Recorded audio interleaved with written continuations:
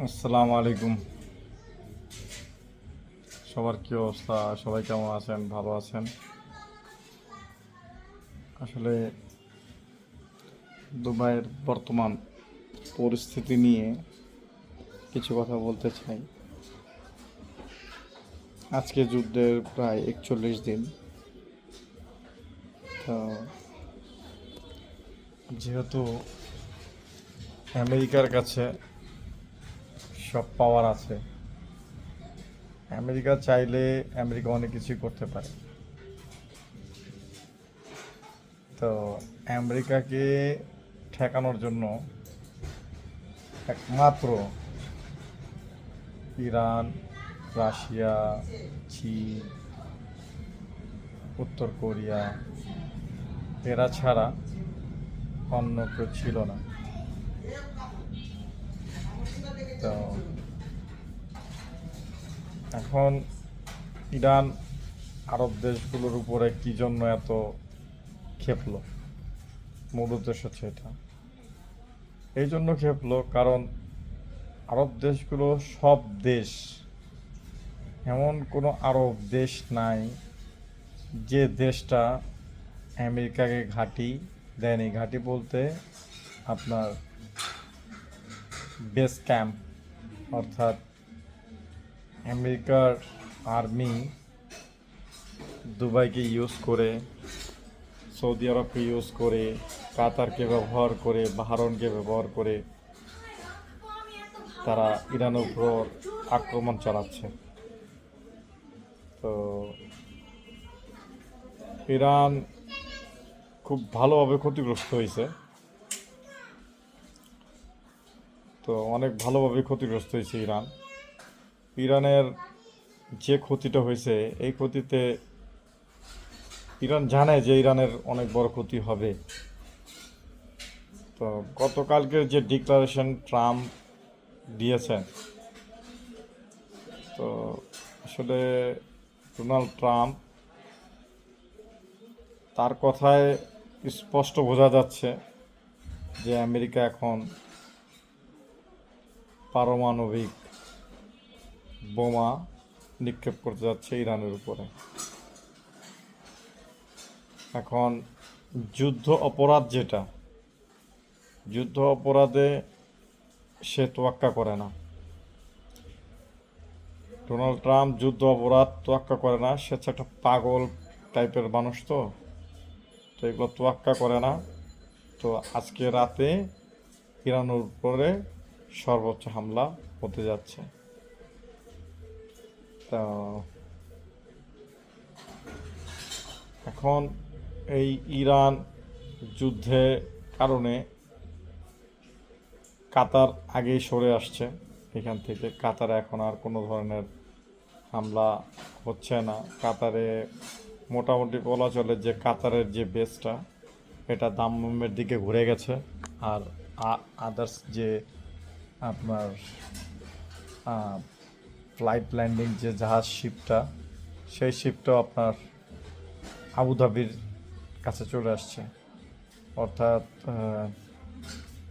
আবুধাবির যে শিলা বর্ডারের যে পাশে যে সমুদ্রটা, সেখানেই এখন তাদের বেস ক্যাম্প, কিজাতে একটা বেস ক্যাম্প আছে।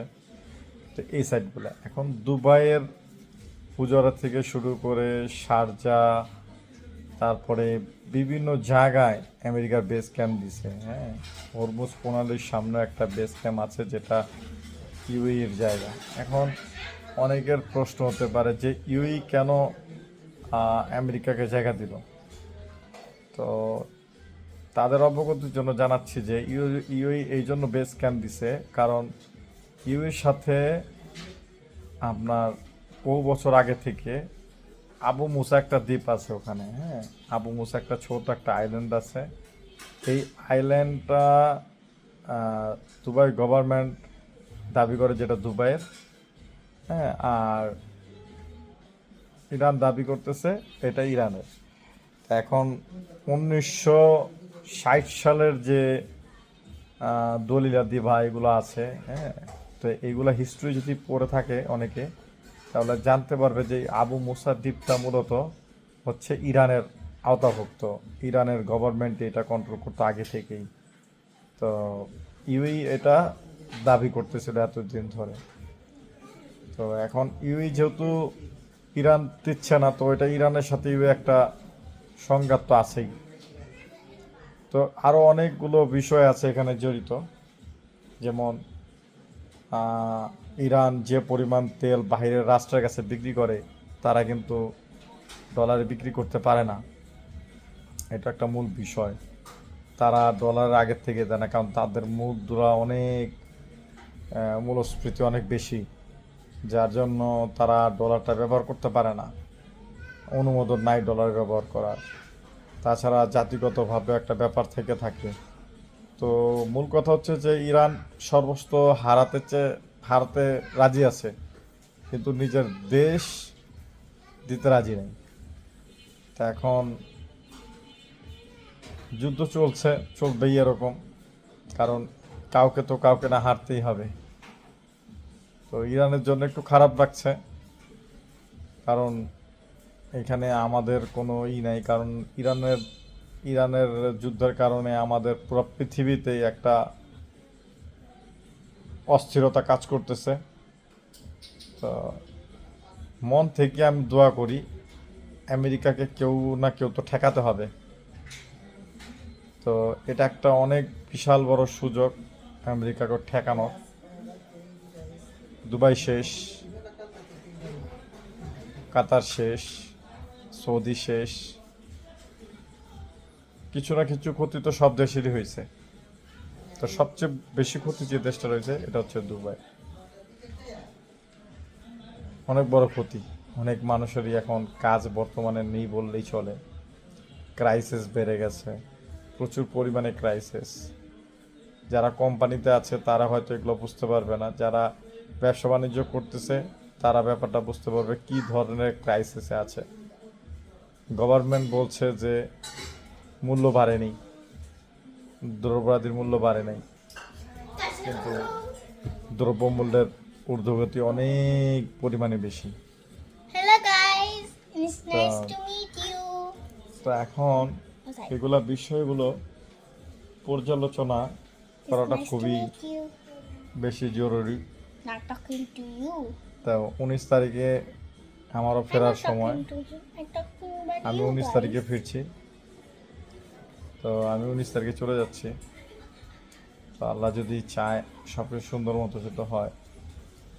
একটু চিন্তায় আছি, চিন্তার বিষয়। Hey. আমার নাতি, এটা নাতি নাতি নাতি Hello.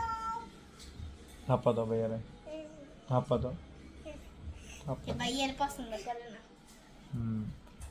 তো যাই হোক, দোয়া রাখবেন সবাই, দুবাই ও ইরানের জন্য দোয়া করবেন, আমেরিকাকে যাতে ঠেকানো যায়। দাম টু কল হ্যালো গাইস, এটা আমার বাবা, আর ওদিকে হচ্ছে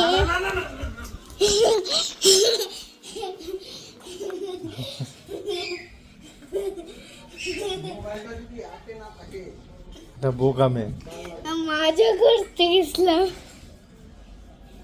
আঙ্গুরে হলো সবাই যদি না লাইক দিছেন তাহলে আপনি একটু গুলি খাবেন।